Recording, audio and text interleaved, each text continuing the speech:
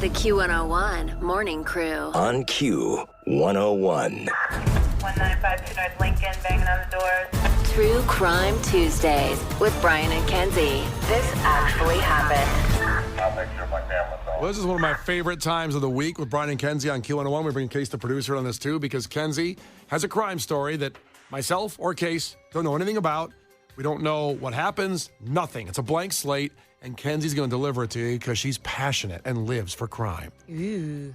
Not doing crime, but talking about it. I've done a few, but not that many. I decided to stop. Good move. Good move on your part. Oh, yeah. No, Okay, so here we go. clean my act up after the whole lip gloss thing.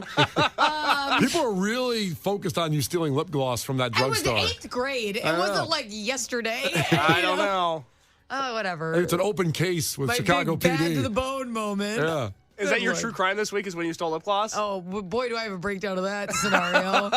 Not a great day. Talking about the lip gloss more than Jussie Smollett these days. Oh, my God. Well, mine actually happened. That's why.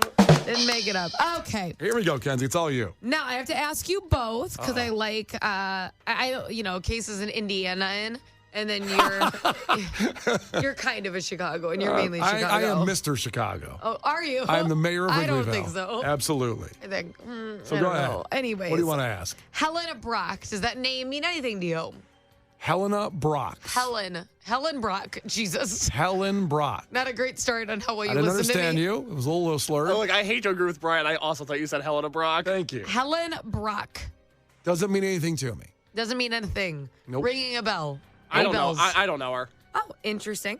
So Helen Brock was an heiress to the well-known Chicago candy company. You've probably seen Brock. It's spelled B-R-A-C-H, Brock's. Yes. Have you seen it with the apostrophe S, like on course. candy? Yeah. Okay, so she was the heiress to that company.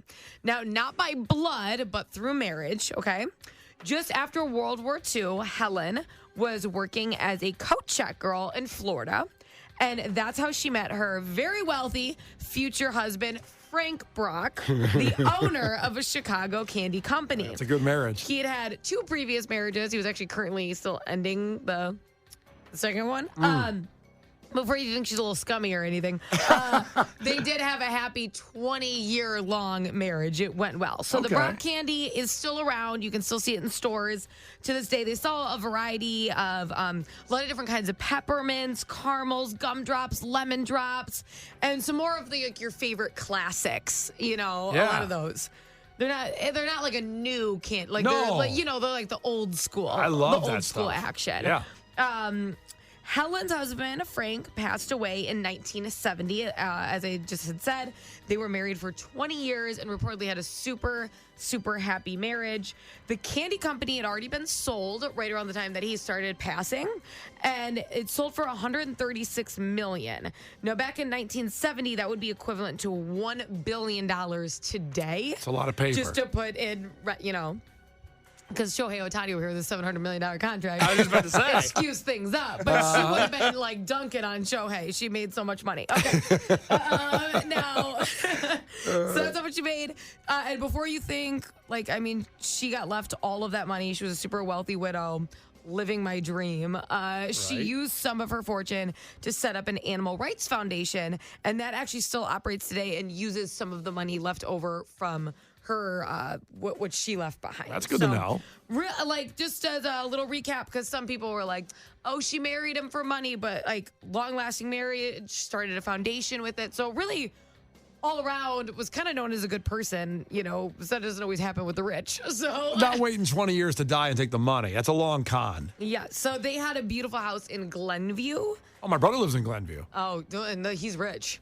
Well, he worked hard for that money as a doctor, yeah. Yeah. Yeah. Well, it paid off. Yeah, it did. For him. Yeah, it paid off really good. I get, He's my favorite of the Haddads, Yeah. your brother.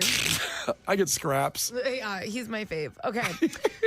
So Helen, in 1977, so 7 years after her husband had passed, she had a doctor's appointment at Mayo Clinic in Rochester, Minnesota. Right. So February 1977, she had this appointment, and that was actually the last time a reliable witness saw her. Whoa. Okay. Damn. Now, Helen's disappearance came out of the gate with 3 suspects. And I want to give you the background on each suspect and kind of let you figure out who you think is Okay. guilty. I like this. Suspect number 1. First, her houseman, Jack Matlick, I don't know. Whatever you say, we I'm believe. going to call him Matlick. Okay? Matlick? That's all I got. Couldn't ask And him. what was he again? What was Now, his? he was the houseman. What's a houseman? Kind of like chauffeur, butler, handiwork, right-hand man, Okay. helped her. If you're going to ask, you can't afford one. Well, I can't. Period. My brother can, but I can't. Yeah, call your brother Steve. He probably has one. Everybody in Glenview is a houseman. No, Jack worked for Helen even when her husband, Frank, was still alive. So he'd been working for the family since 1959. And again, this is 1977. So Oof. long history with the family. He did odd jobs when he was first hired, such as chauffeur and handyman.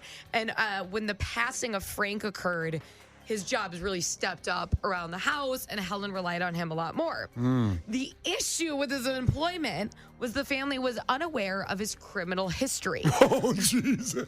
which included aggravated robbery, Oh, as well as reportedly abusing his wife. no. Ugh. So kind of a violent robber. How'd they miss that?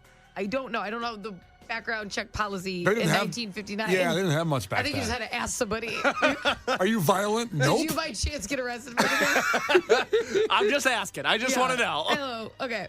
Now, Jack claims he had picked up Helen from the airport the day of that appointment. Yep. She flew into O'Hare February 17th.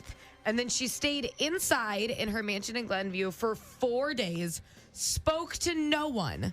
And then he drove her back to O'Hare to take her to Florida. She wanted to take a plane to Florida. Okay. However, her friends in Florida, 'cause she had another home there, claim she never said she was coming. She never called them to let them know, and she never made it there. Mm. Now, Helen's gardener, that's somebody who does your plants and stuff outside. Thank you, Brian. Someone else I can't afford. It's like, I hey, can't wait till I get tree guy money. Oh, Somebody do my trees. Tree You guy don't even money, have a special tree. money. I don't have a You've tree. no trees. I don't have a furnace that works right now. God, yeah, get a furnace guy. So Helen's gardener claimed he saw Jack, the houseman, at Helen's house during that 4-day time period, which he didn't live with her, so that's a little bit odd. Okay. And he was with 2 other men that he had never seen before. What he did not see that entire time was Helen.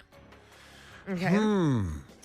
Now, he also claims the gardener saw that Jack, the houseman, did tons of extensive cleaning at the house, including 2 rooms being repainted and carpet replaced, as well as her Cadillac getting detailed. They also found a toll receipt saying he had driven to a remote farm owned by Helen. Uh-huh. And probably the creepiest detail of all, he ordered a meat grinder during this time. Oh, God. Where do you order that from? Amazon. Was it Yeah, No. that's what I'm trying to figure out. No, but they didn't have Amazon back then, so like Sears catalog or something like that, probably. I don't even. You could have went to the store and had to place. I don't know. Oh, I don't know. They're able to track it though. So maybe you like burgers though. Yeah. Maybe you like barbecue. a hungry guy. listen. Sometimes you order meat grinders at unfortunate times. That's not the story of today. Sometimes it be like that. You know what I'm That's saying? got to be a takeaway in an hour, by the way. Just remember that's somebody out there. Okay, so he did admit he said he had nothing to do with this. He dropped her back off at the airport at O'Hare. He has no idea, and he's like, "Yes, I do a lot of jobs because she asked me to. So I'm in charge of cleaning her house. I'm in charge of if she wants carpet. I run around and do errands for her. So none of this is weird, right? That's what he claims. What he did admit to doing is forging Helen's signature on checks totaling $13,000, as well as stealing $75,000 in cash from her home. So he owned up to that. Okay. All right. I did this, but I didn't do that. Suspect number 2. Okay, that's all number 1. His name is again what? That is Jack Mitlick. Matlick. And that would be her houseman, who is Okay. chauffeur, errands galore, etc. Okay. I am just going to say the next person as a suspect, and then we're going to go to break, okay? Okay. Suspect number 2, Helen Brock's brother, Oh, the jealous brother. What's his name? Charles. A lot of Charles today. Right? I don't know. I'm just saying. Okay, so we're going to pause there. Yeah. 2 more suspects, and then what happened? So you're going to tell us who did it. You don't know. I'm not going to give that away. Because there's a twist in. There's a twist in damn that. you. There's a twist within who did it, so I can't. Okay, that's fair. Yes. I'm just trying to DraftKings odds on who got it. Jack sounds pretty good right now. That would be really fun if we could do like betting on DraftKings for this. Yeah, because right now, I mean, And the money could go to charity. No. And me. No. For my work. I Okay. did all of it. So right after Weezer, we're going to give you a couple more suspects and then the full payoff and everything, Kenzie. That's what we're doing? Yes. Okay. 3 minutes away. Stay right here with Brian and Kenzie on Q101. I'm already liking Jack. I'm just saying that. Okay. The Q101 Morning Crew. On Q101. The Q101 Morning Crew. On Q101. 1952 North Lincoln, banging on the doors. True Crime Tuesdays with Brian and Kenzie. This actually happened. All right, so here we are. Kenzie's in the middle and left us with a cliffhanger of this Brock murder story. And I'll let you just take it from here because we're waiting. We're going to get the payoff right now of everything Kenzie said a few minutes ago. If you're following along, I'm intrigued. I've taken notes. I'm ready to take my guess on who did it, even though I haven't heard all the suspects yet. But take it from here, Kenzie. Okay, just a quick recap in case you missed it. I don't want you to not understand the story at all. Helen Brock was the heiress to the well-known Chicago candy company that's still around today. Her husband, Frank Brock, was the one who founded the company. Helen was his third wife, but they actually had a super happy marriage of 20 years, and she was left with the fortune. Now, she disappeared February 1977 after a hospital visit in Minnesota. And there were 3 suspects out the gate for this crime. The first one being Jack Matlick, who was her houseman. And boy, oh boy, did he have a lot of crazy things like deep cleaning the house, bringing her to the airport, even though there's no receipts of it, ordering a meat grinder. The meat grinder, holy crap. Lots of creepy things. He was also a previous felon and did admit to stealing money from her. So that is suspect number 1. Obviously, a very strong case for suspect number 1. Yeah, it's not like no way, Jose. Yeah, I'm giving him like minus 14 on DraftKings right now. He's got to be the heavy odds-on favorite. Yeah. Okay, but let's get to suspect number 2. So if you're just joining us, there is 2 more suspects, 3 total, and I think a really interesting resolution to this. So suspect number 2, Helen Brock's brother. Yeah. It be your own family sometimes. Okay, so Jack Matlick. This is the worst last name ever. Matlick, I think. Malik. Just Matlick. I say it like Worcestershire sauce. I try to just get through it. So he was the houseman, and he finally tried to report Helen missing 2 weeks later. 2 weeks? 2 weeks later. Now, the police informed him when he called that he was not allowed to report her missing. Only actual family members by blood were able to do so, which is very interesting. Yeah, I think that's kind of a loophole. I don't know. It's kind of very odd. I don't know. I'm sure that's changed now, I would imagine, but back then, that was the rule. So he had to track down Helen's brother, Charles. He lived in Ohio and had a very odd response. So when he received the call and was like, we believe Helen's missing. We would need you to place the missing person. No one's heard from her for over 2 weeks. She did not land in Florida. Helen's brother was not very concerned and said, okay, I'll come in, but I can't travel to the end of the week. That was his response. Like, bitchy and all. Like, annoyed.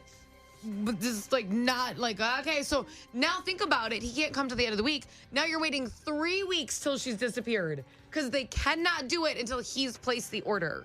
Damn, where's this woman, man? 3 weeks? How insane, right? Okay, so he finally makes it in. You know, he is a very busy man, high in demand. And prior to going to the police station to file the report, he had the houseman, he ordered the houseman, that's what it says, to help him destroy some of Helen's personal papers, including burning her diary. What the hell? Before willing to go to the police station. I'm going to have to redo the odds here.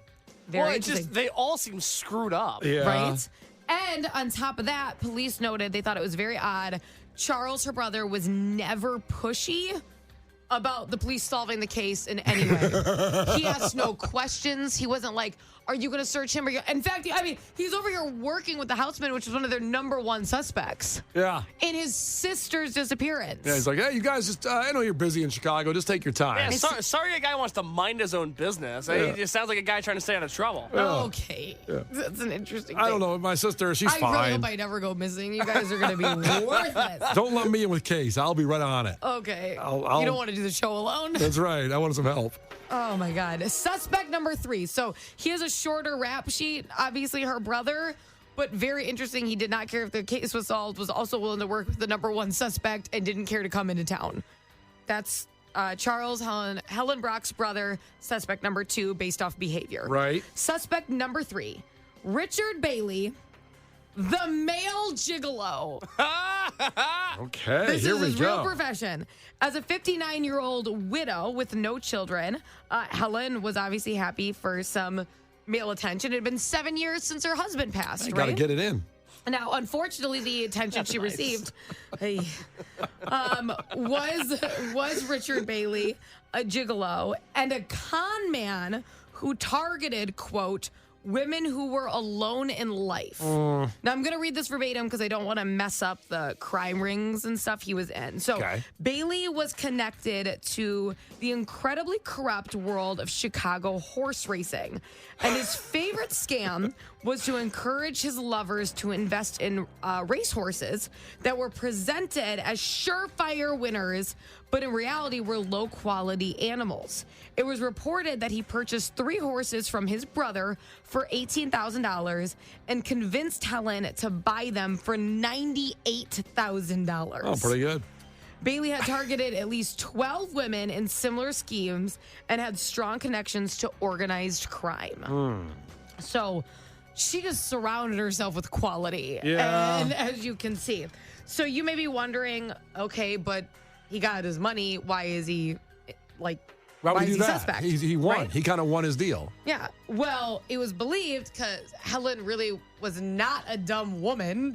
She wasn't. She trusted somebody and they messed around with her. But they believe that she caught on and wanted to go to the authorities with the entire crime ring, as well as report him. So he became immediately like under suspicion because they believe that Helen realized what was going on. Okay, so what's interesting about this? All of these people, right? Yep. Insane amounts of evidence and reason and cause for all 3, correct? Yep. No one was convicted. What? Now, was it money? Were judges and juries getting paid off? Was it lack of evidence, even though there was so much circumstantial? There was no body still, right? Yeah. There's no fingerprints. There's no weapon. The list goes on and on as to why they couldn't convict someone. Some make you think, okay, that's fair. And some are like, maybe a little bit dirty. Okay. So he never found her body. Wait. Oh, my bad. But in 1984, Helen was declared legally dead because the case had been open. They have like a time frame where if you've been a missing person, you haven't been found in this amount of time, they'll declare you legally dead. Okay. So that happened. And in 1989, federal prosecutors reopened her case, okay, to take a close look at the male gigolo. Ooh, Richard. Now, of course, Richard Bailey was a very shady character with ties to Chicago's criminal underground.